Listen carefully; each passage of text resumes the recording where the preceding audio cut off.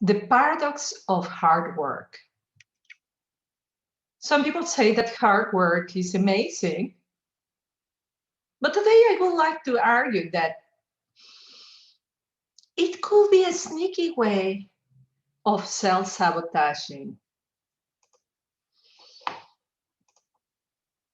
Hard work is like a dogma. You have to hard work is the only way to be like Elon Musk or Gary Vee. And we buy into that and we get burned out. Look at the statistics on burnout among women because we have the attitude of, I can do it. And it's so much so that we want to prove ourselves to the world that we can do it. Of course we can do it, but should we? Is it the most effective way? Is it the way for you to make more money, to get the love of your life, to get the health that you want, to have really the whole life that you want? So is that true? Just think about this one. If we saw how much all African women work, they should be millionaires. They work really hard. Obviously, not just African women work really hard. I will say there is no lazy woman in the planet. There is no lazy woman in the planet. They all work so hard. From stay-at-home moms to academic women, CEOs, small business owners, they all work so hard. And sometimes we go really, really far in working hard. It looks like nobody knows this law that was created in the 19th century by some economists. I'm talking about the law of diminishing returns. The idea is very simple. Imagine that you are watering a plant, you put some water, and it starts growing. It's just the green part, initial fast results. This is exactly what happens in relationships, in companies. So you start watering the plant and it grows. And then you decide to double the effort, double the water, and then starts kind of stagnating. So companies get into a ceiling, maximum number of people, maximum of products, maximum. That's when you start controlling inventory. That's when you start to get tired. That's when effort starts, and it's really well done. Decide this slide because it's orange. It's when it's starting to get a stagnation. What you don't want to do is to get to the Red Cross. And the Red Cross is when things are starting to get dangerous. That's when you can start hitting into burnout. This is when results are starting to get bad, when quality starts going down. And that's what you don't want. That is when hard work is dangerous. How can we act differently? That's precisely what we are going to work on in this video. At the end of the video, I'm going to be inviting you to a conversation because I have opened space in my agenda to have more clarity sessions with you. If you feel that your business has been stagnating, has been starting to get into the orange zone, you might be a good candidate to have a conversation with me because you might be a good candidate to do the work that I do. So let's go into the content. What is the fundamental reason why we do hard work? It's pretty simple. Because you and I, as children, we were taught to be good. And we were brought up with the desire of being good. Now, the point is, what is that? What is being good? What does that mean? Well, it really depends on your mom, your dad, the relationship, the culture where you were, the religion that was prevalent where you were brought up, the culture, all the historical background. but we all want to be good. And in being good is to reach the limit of goodness before things go bad. Yeah, we all have a thermostat onto a limit when things get bad. The story of my life is that, well, when Dad started making money, the marriage of my parents became a nightmare that ended up in divorce. Can you imagine the psychological charge for me? Money, success equals disaster for intimacy and family. That was the limit. So in my brain started, you can have one or the other. So you are worthy of money if you sacrifice love. You're worthy of love if you sacrifice love. You couldn't have both. And I see that many women share these. In fact, we're asking constantly the same question. What if I become successful? And we imagine all kinds of doom scenarios. And particularly the biggest doom scenario is that we will be lonely. If I become successful, people will think that I am a bad person. Obviously, this is not the only problem that we have. We have loads of non-supporting beliefs in our mind.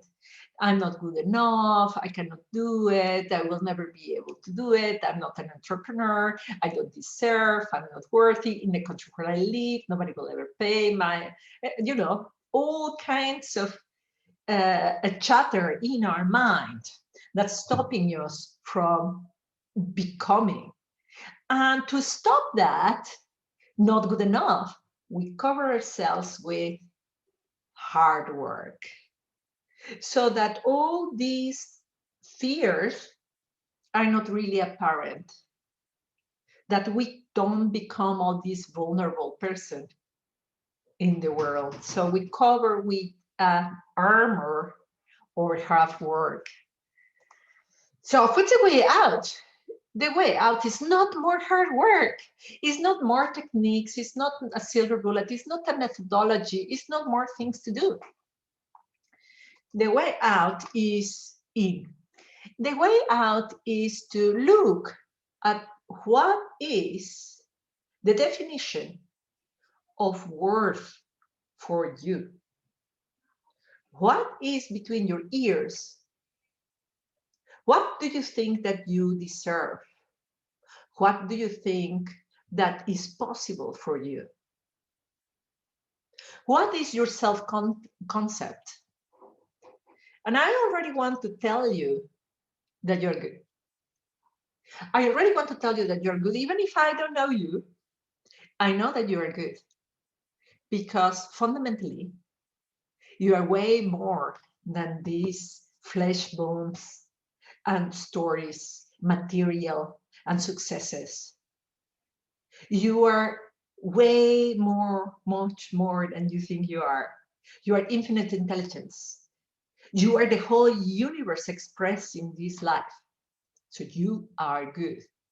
And as you are all the universe expressed in this beautiful shape, I can tell you that you're safe.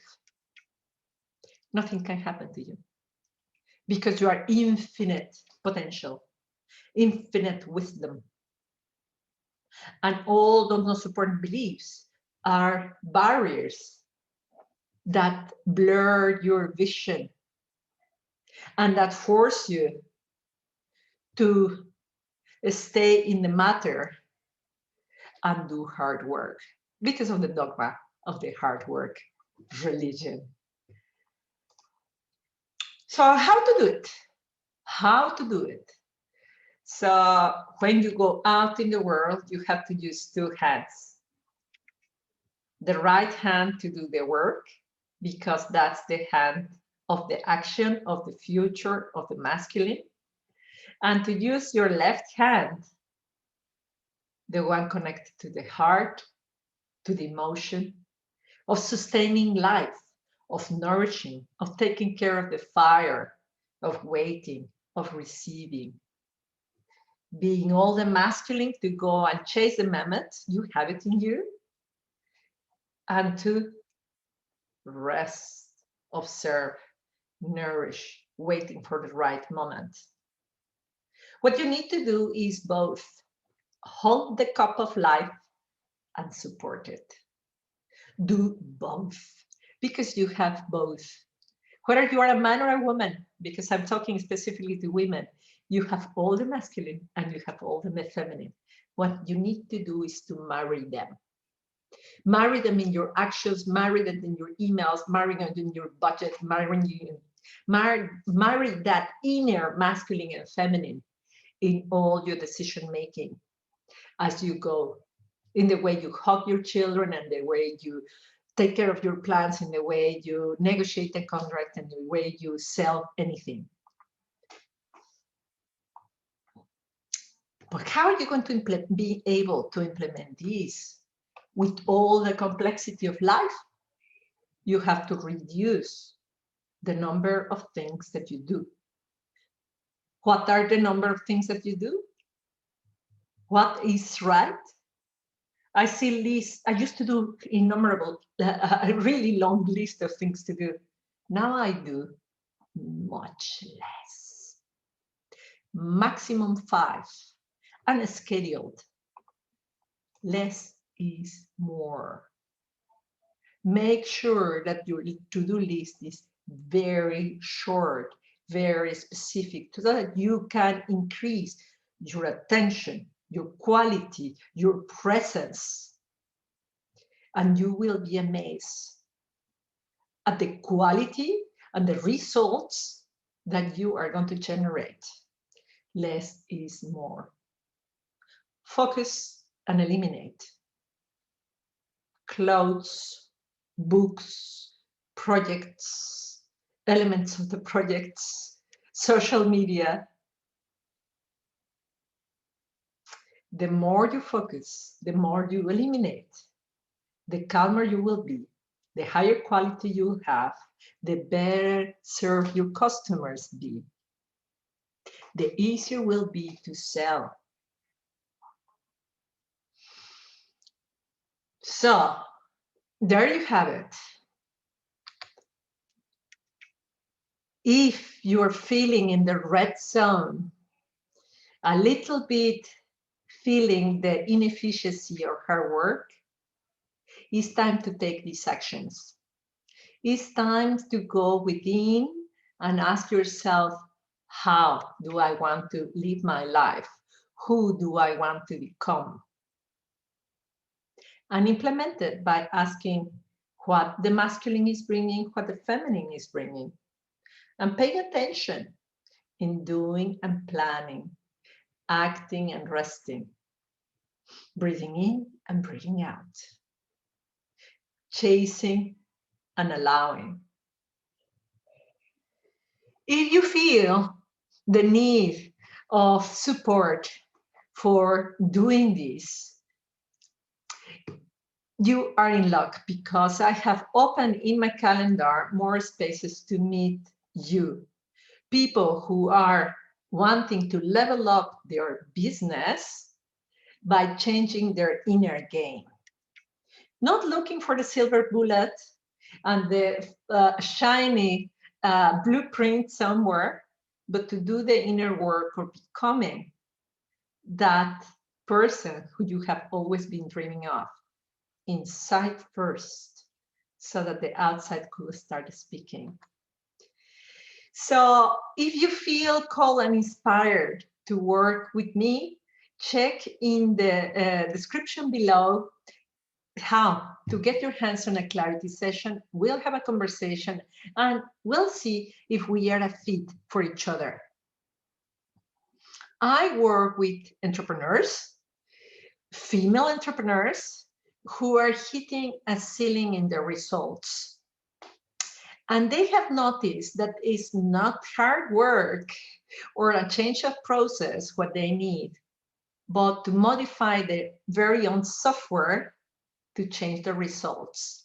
If you're open to have a support like that, contact me, because you could be a very good candidate for this.